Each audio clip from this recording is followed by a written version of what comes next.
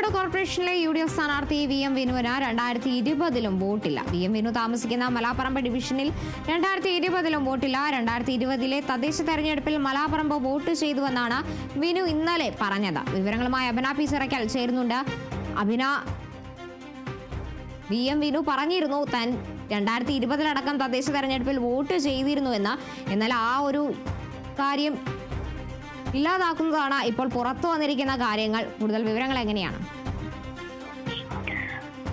Party വീണ്ടും സമ്മർദ്ദത്തിലായിരിക്കുകയാണ് എന്നുള്ളതിലൊരു സംശയമില്ല. കാരണം കഴിഞ്ഞ ദിവസമാണ് VM വിനു ഇത്തരത്തിൽ VM വിനുവിന്റെ പേര് പട്ടികയിലില്ല എന്നുള്ളൊരു കാര്യം കഴിഞ്ഞ ദിവസം പാർട്ടിയും അതുപോലെ തന്നെ VM വിനു അടക്കമുള്ള സ്ഥാനാർത്ഥി അറിയുന്നത്.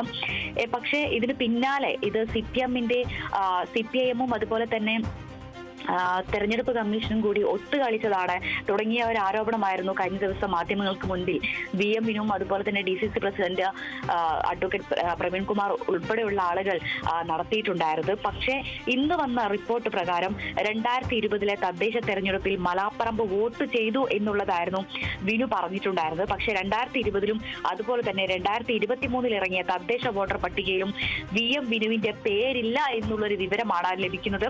അതിന്റെ ഒരു ലിസ്റ്റാണ് ഇപ്പോൾ നമ്മൾ ഈ ഒരു ദൃശ്യങ്ങളിൽ കാണുന്നത്. ഇതിൽ 2020 അതുപോലെ തന്നെ 2023 ലിസ്റ്റാണ് കാണുന്നത്. പക്ഷേ ഈ രണ്ട് ലിസ്റ്റിലും VM വിനുവിന്റെ പേരില്ല എന്നുള്ളതാണ്. കഴിഞ്ഞ ദിവസങ്ങളിലെല്ലാം തന്നെ ഇന്നലെ നടത്തിയ പ്രസ് മീറ്റിൽ പ്രവീൺ കുമാർ, അതായത് DCC പ്രസിഡന്റ് പ്രവീൺ കുമാറും അതുപോലെ തന്നെ VM വിനുവും അത്രയും ഉറപ്പിച്ചു തന്നെയാണ് അവർ പറഞ്ഞത്. എറങ്ങിപ്പാലത്ത് ജനിച്ചു വളർന്ന ഒരു വ്യക്തിക്ക് എങ്ങനെ വോട്ട് ഇല്ലാതാവും? താൻ ഇവിടെ തന്നെയാണ് വോട്ട് ചെയ്തിട്ടുള്ളത്, തന്റെ ഫാമിലിയും ഇവിടെ തന്നെയാണ് വോട്ട് ചെയ്തിട്ടുള്ളത് എന്നുള്ളത് വലിയ ആത്മവിശ്വാസത്തോടു കൂടി തന്നെയായിരുന്നു VM വിനുവും അതുപോലെ തന്നെ DCC പ്രസിഡന്റ് ഉൾപ്പെടെയുള്ള ആളുകൾ കഴിഞ്ഞ ദിവസം പറഞ്ഞിട്ടുണ്ടായിരുന്നത്. പക്ഷേ ഈ ഒരു റിപ്പോർട്ട് പ്രകാരം അല്ലെങ്കിൽ പുറത്തു വന്ന ഈ ഒരു പട്ടിക പ്രകാരം നോക്കുകയാണെങ്കിൽ 2020 2023 VM വിനുവിന് വോട്ടില്ല എന്നുള്ളൊരു കാര്യം തന്നെയാണ്. അത് കൂടാതെ തന്നെ കഴിഞ്ഞ ദിവസം ഈ ഒരു കാര്യം പുറത്തു വന്നതിന് തൊട്ട് പിന്നാലെ കളക്ടറെ കാണുകയും കളക്ടർ വേണ്ട രീതിയിൽ, അതായത് ഇവിടെ തന്നെ വോട്ട് ചെയ്യാം എന്നുള്ളൊരു ഉറപ്പ് നൽകുകയും എല്ലാം തന്നെ കളക്ടർ ഇന്നലെ നടത്തുകയും ചെയ്തിട്ടുണ്ടായിരുന്നു. പക്ഷേ എങ്കിൽ പോലും ഈ നിവേദനം നൽകിയതിന് തൊട്ട് പിന്നാലെ ഇന്ന് ഹൈക്കോടതിയെ സമീപിക്കും എന്നുള്ളതാണ് DCC പ്രസിഡന്റും അതുപോലെ തന്നെ VM വിനു എല്ലാം അറിയിച്ചിട്ടുണ്ടായിരുന്നത്. പക്ഷേ ഇതുവരെയായിട്ടും ഹൈക്കോടതിയിലേക്ക് പുറപ്പെട്ടിട്ടില്ല. പകരം ഈ രണ്ടുപേരും DCC പ്രസിഡന്റും അതുപോലെ തന്നെ VM വിനു ഇപ്പോഴും DCC ഓഫീസിലുണ്ട്. ഇരുവരും ചർച്ച നടത്തുകയാണ്.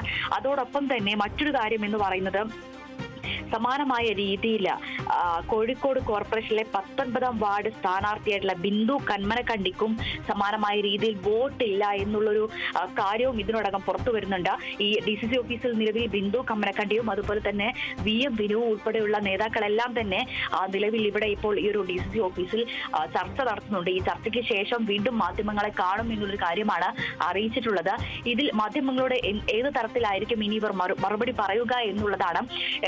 നിയമപരമായി നോക്കുകയാണെങ്കിൽ സ്ഥാനാർത്ഥിയുടെ വോട്ട് അല്ലെങ്കിൽ സ്ഥാനാർത്ഥിയുടെ പേര് ഈ ഒരു പട്ടികയിൽ ഉണ്ടോ എന്നുള്ളത് സ്ഥാനാർത്ഥിത്വത്തിന് മുൻപ് തന്നെ നോക്കേണ്ടത് സ്ഥാനാർത്ഥിയുടെ തന്നെ ഉത്തരവാദിത്തമാണ്. പക്ഷേ എങ്കിൽ പോലും സ്ഥാനാർത്ഥി ഈ ഒരു പേര് വോട്ടർ പട്ടികയിൽ ഉണ്ടോ എന്നുള്ള കാര്യമൊന്നും നോക്കാതെയാണ് ഈ സ്ഥാനാർത്ഥിത്വം പ്രഖ്യാപിച്ചിട്ടുള്ളത് എന്നുള്ളത് നേരത്തെ തന്നെ വലിയൊരു ചോദ്യമായി ഉയർന്നിരുന്നു. പക്ഷേ അതിനെല്ലാം തന്നെ കോൺഗ്രസ് നേരിട്ടിട്ടുണ്ടായിരുന്നത് ജനിച്ചു വളർന്ന നാട്ടിൽ എങ്ങനെ വോട്ട് ഇല്ലാതെയാകും എന്നുള്ള രീതിയിൽ ഒരു തത്വമാണ് DCC പ്രസിഡന്റ് ഉൾപ്പെടെയുള്ള ആളുകൾ കഴിഞ്ഞ ദിവസങ്ങളിലെല്ലാം തന്നെ പറഞ്ഞിരുന്നത്. പക്ഷെ നിയമപരമായി ഒന്നും തന്നെ ഇവരുടെ ഭാഗത്തു നിന്നും ഉണ്ടായിരുന്നില്ല. ഇത്തരത്തിലൊരു വീഴ്ച കോൺഗ്രസ് സമ്മതിച്ചിട്ടുണ്ടായിരുന്നില്ല.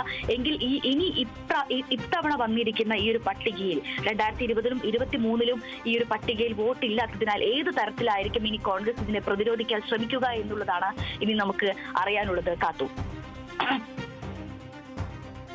ശരി, വ്യക്തമാണ്. അഭിനയാണ് വിവരങ്ങൾ നൽകിയത്.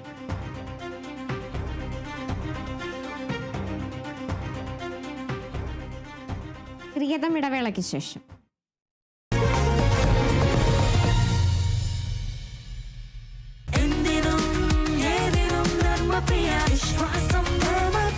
മൈ ചോയ്സ്, നാലാൾ അറിയുന്ന പുട്ട്. ഇനി സ്പൈസസും മൈ ചോയ്സ് ക്വാളിറ്റിയിൽ നോ കോംപ്രമൈസ്. ചേച്ചി, ഹൈടെക് വീടിന് ഹൈടെക് TV. ഹ്യൂറിക്സോ? അയ്യോ വേണ്ടായിരുന്നു. എന്റെ വക ഒരു ഉഗ്രൻ ഹ്യൂറിക്സ്